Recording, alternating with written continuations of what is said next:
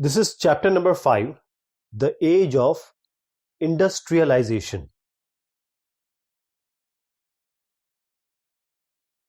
We are discussing the age of industrialization. Now here is the industrialization. What does it mean? Industrialization, because the word contains industries. So does it mean industries only or factories only? First, we have to understand what was going on in that period. First of all, this is a famous picture in 1900. A popular music publisher, E.T.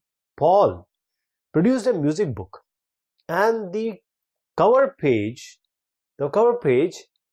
is announcing that the dawn of the century. So this is the cover page, dawn of the century. Now, this picture shows many things. First is, it's a goddess-like figure, the angel of progress, and she is bearing the flag of century, that is the new century. And also she is on a wheel, and this wheel with wings that shows the time. So her flight is taking into new era, that is new time, new period. And also her flight is taking her to the future with what is behind her?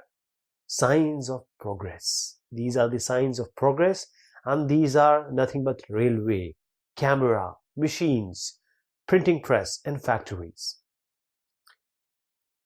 This is the one picture, but there is one more picture. Now the more thing developed, the picture showed the differences. So this is a picture showing you the difference between a magician. He is shown like Aladdin, and he is claiming, or he is making these stuff using these you can say magics. But here is a picture of a man working hard to build all these. So there is a difference, and this difference can be assumed or thought to be the different ideas the Western people have with as against to the other region, that is Orient. The glorification, as you saw, the machines and technology, as you saw in the picture, it shows two magicians. The one at the top is Aladdin, as you just saw, from the Orient. Now what is this Orient? The country to the east of Mediterranean, that is Asian people, Asian countries, and the other was the Western. So this Asian was considered by the Western as pre-modern, traditional, and mysterious. So this Aladdin is representing the Orient, and he is making a beautiful palace with the magic lamp he has in his hands. But this one, as I said, this is a mechanic. He is a mechanic, and he has all the modern tools, and he is creating magic, like he is building the bridges. This is a bridge. This is a ship, the towers, the high-rise buildings. So Aladdin is the East and the past, representing East and the past, while this guy is representing the West and the modernity. So these are technological advances. You can understand that the history of industrialization is the progress, technological progress. But we need to ask questions that, does this rapid industrialization is the only measure of progress and modernity?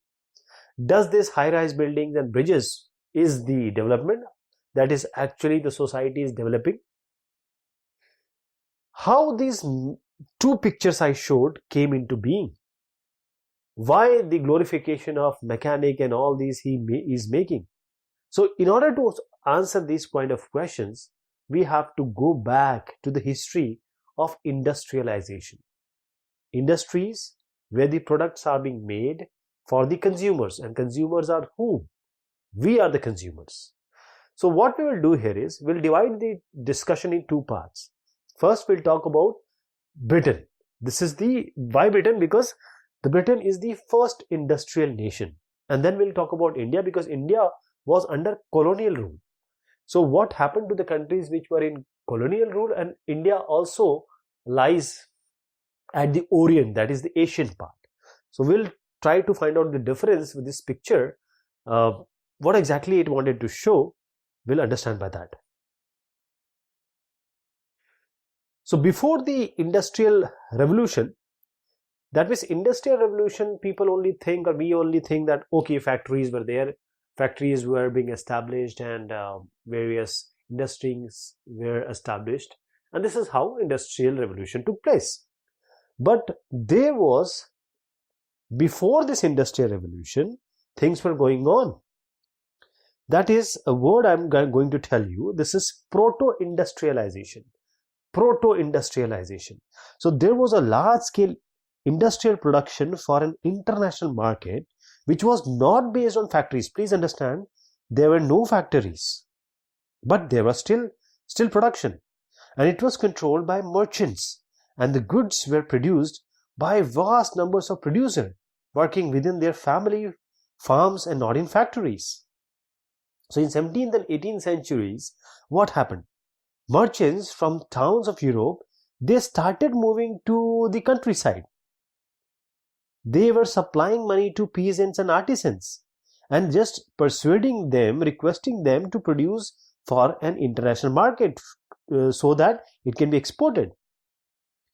Merchants, they were offering advances for producing cloths for them at a time when open fields were disappearing. As you understand, or as you know, there were area of commons where people, or the, you can say, the British people can get their way of living. But because this common area was not there, open fields were disappearing, and commons were being enclosed by the big landlords, you can say.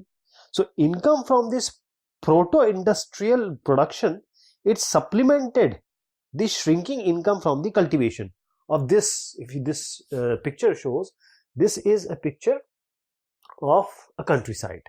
There are three people who are working together for spinning. They are making the threads, and these threads, because they have a small land, now they can cultivate also on this small land, but that is not sufficient. So that's why they are working on this also.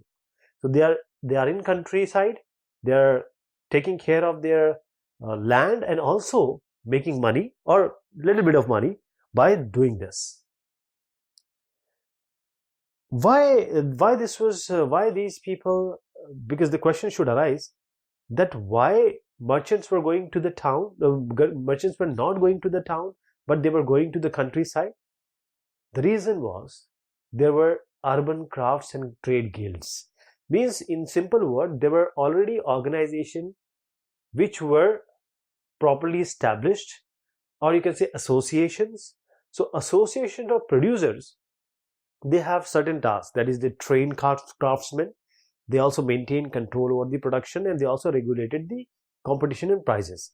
And the most important thing is, any person like me, if I want to come into this business, you, the guild person, will stop me. You will not allow me to enter. So what do? I cannot enter the market because you are stopping me. And also the rulers, the people who are ruling, they are saying that, okay, you have to talk to these guild people, association people, then only you can enter. But I can't enter. So what do? I go to the countryside because the export was going on, and I have to do something to make these, say, cloth or yarn, right?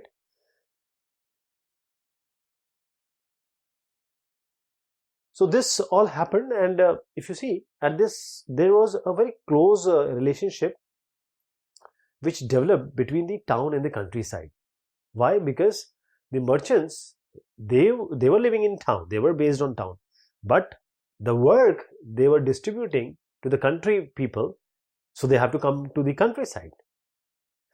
A merchant, you see the chakra or wheel. The merchant clothier in England purchased wool from wood stapler, that is stapler who staples or sort wools according to its fiber, and carry it to spinners. Those are the people in the countryside. That is, the yarn thread was taken into subsequent stages of production to weaver, fullers, and then again to color them to the dyers. finishing was done in London, and then it was being sent to the international market. So one thing you need to understand, that London was known as the finishing center. This question may come in 1 marks. London is the finishing center. So this is how there were merchants, they were having so many workers with them. So this is how work was going on, and this was known as the proto-industrialization, because the factory were not there, but still the industrialization or industries were going on. The production was there. That is why it was proto. That is, it was not there, but still it was there. Then the coming up of the factory. Here, if you see in 1730s, the earliest factory in England came up, and the first symbol of era was cotton. The thing started was cotton, and invention in the 18th century increased the efficacy of each step of production, like carding, twisting, spinning, rolling, and the output per worker was also rising. And then came Richard Arkwright. He invented the cotton mill, and mill production of cotton started, which allowed a more careful supervision over the production process. So cotton became the leading sector in the first phase of industrialization. So as I just mentioned, that the earliest factory came up in 1730s, but late 18th century only the factories multiplied, and the cotton was the first symbol, and by 1760 it was 2.5 millions, which was means Britain was importing this much of raw cotton. But by 1787, because of the factorization, or factories were so many establishing, the import went up to 22 million pounds. 22 million pounds. So the reason was because the inventions was going on. The inventions increased the efficiency or efficacy of the production process, and also the a single worker is producing more because of the inventions. Richard Arkwright, he created the cotton mill. This question is very important. Richard Arkwright, he created the cotton mill, and then if you see the machines when they were there, so the production also increased. That is, mill production of cotton started, and when the mill was there, now in only one building. See, this is a building. So in just one building, there is one person who can take care of everything. What he can take care? A careful supervision. What is the production process going on? That is, he can supervise the production process, also see the quality, whether the content is good or not, and the regulation of labor also, whether the labor is doing proper work or not. These all things were very difficult while the proto-industrialization was there. That is, the thing were going on in the countryside. Things were changing. Technology was being used, but not that much. But people were very, very dazzled by these. If you see this picture, why they were dazzled? This is the industrial Manchester, and if you see, so many chimneys with smoke, and all these were very new for the British people. Then the pace of industrial change. The expansion of railways in England and its colonies rapidly increased the demand of iron and steel. So the new technological advancement or technologically advanced industrial sectors could not easily displace the traditional industries. They were still there. So textiles were still produced with domestic units and not so much in factories. The high cost of machines and the uncertainty of their performance made technological changes quite slow, and merchants and industrialists, they were very cautious about accepting and using the new technology. So in 1781, if I can give you an example, James Watt improved the steam engine produced by Newcomen. Newcomen made it, and then James Watt improved it and patented it also. But still, there were no buyers, or there were less buyers. So just to give a detail of this, that how rapid was the process of industrialization, and does this industrialization mean only the growth of factories and industries? There is a question that Does this industrialization only means the growth of factory or industries? We need to answer this question. First of all, clearly cotton was the main thing, the dynamic industry, most dynamic industry, and cotton was, the leading sector in the first phase of industrialization. So in the first phase of industrialization, what was the main thing? Main was cotton up to 1840s. But because of the expansion of the railways, that is in England 1840s and then in colonies from the 1860s. So now railway is expanding. For railway, what is required? Iron and steel. Iron and steel is required. So this industry boomed. By 1873, Britain was exporting iron and steel, which was worth this 77 million British currency at that time. That is double the value of cotton export. As I said, cotton was there, but now the shift was there. The export was more of iron and steel. The second idea which we can take after answering, or you can say for answering this question, the second thing is that the new industries were at that time not very able, or it was not displacing the traditional industries. Only 20% of the total workforce was working in the industrial sector. Others were still working in the domestic units. The third is the change in the traditional industries was not set by steam powered cotton or metal industries. That is, they still remained entirely stagnant. Either. What does this mean is that there were small innovations and invention in the other sectors also. That is, only machine and only factory production was there. But there were other also non-mechanized sector. That is, always you don't need mechanization.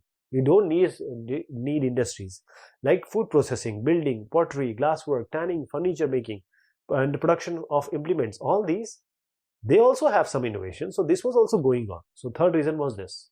And the final reason was the technological changes people accepted, and it occurred very slowly.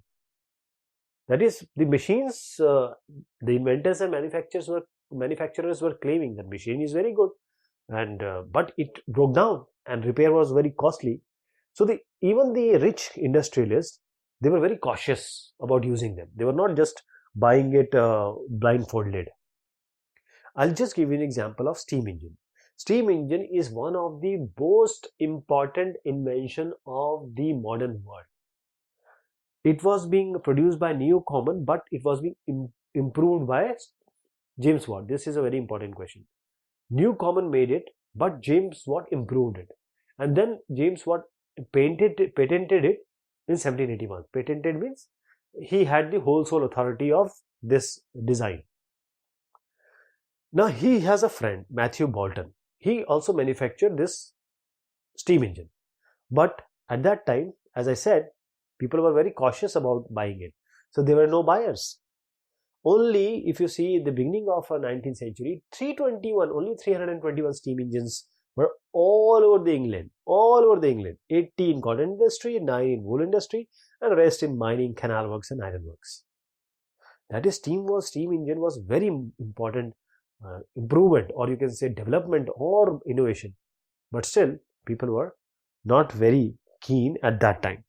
This is a spinning factory. If you see that how these giant wheels, just by steam power, they are moving and they are creating a lot of threads here.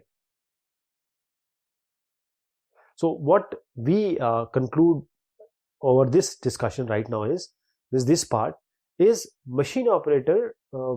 Most of the people, traditional craftsmen and laborers were there, and machine operators were also there. But most things were going not on that pace, but the pace was very gradual.